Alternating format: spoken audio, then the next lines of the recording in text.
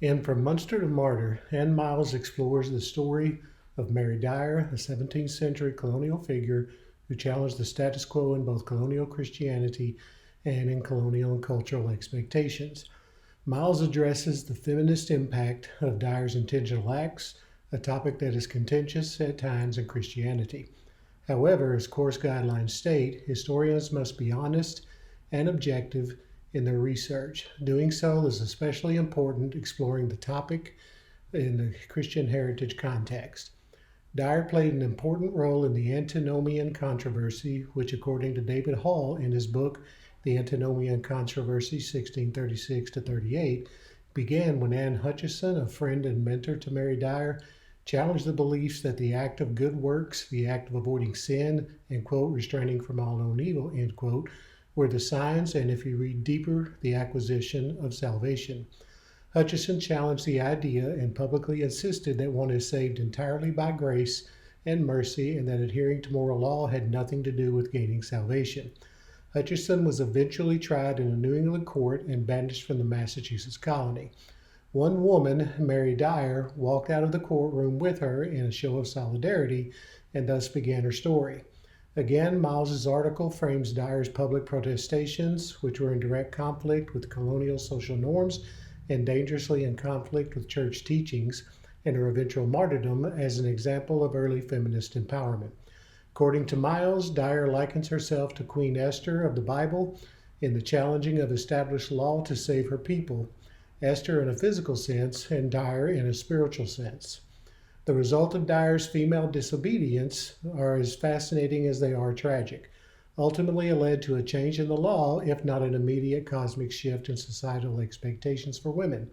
In Dissenting Puritans, Anne Hutchison and Mary Dyer, Francis Bremer writes that Dyer discovered kindred spirits in Quakers in 1650s. In 1656, Massachusetts legislature passed a law stipulating that Quakers be banished, with death being a punishment for violation. Dyer returned to Boston in 1657 and was arrested and put in prison, but was released months later after pleading ignorance of the law. In the summer of 1659, Dyer, along with Marmaduke Stevenson, William Robinson, and Nicholas Davis, all fellow Quakers, was arrested and banished from the Massachusetts colony. Stevenson, Robinson, and Dyer later returned and were sentenced to hang. Stevenson and Robinson were hanged, but Dyer, while standing on the gallows and watching her friends hanged, was given a reprieve due to the petition of her husband and her family. Dyer's intentionality in returning to Boston in 1660 and being arrested again and sentenced to death, along with her refusal to accept another reprieve on the conditions she leave and swear never to return, and her subsequent hanging is, by Miles' assertion, an example of a feminist mindset and the ultimate challenge to the status quo. During her trial, it was revealed that Dyer gave birth to a severely malformed infant girl in 1637. Governor John Winthrop ordered an exhumation of the body. His descriptions of the infant were grotesque and directly from the annals of fiction. As Johann Winslow recounted in Mary Dyer and the Munster Story, the malformed infant was described by Winthrop as, quote, a most hideous creature, a woman, a fish, a bird, and a beast, all woven together, end quote. Winthrop and other authorities used the birth as a sign of God's judgment upon Dyer and as evidence of her sinful nature. The fact that Anne Hutchison was the midwife in attendance at the birth only further served the narrative.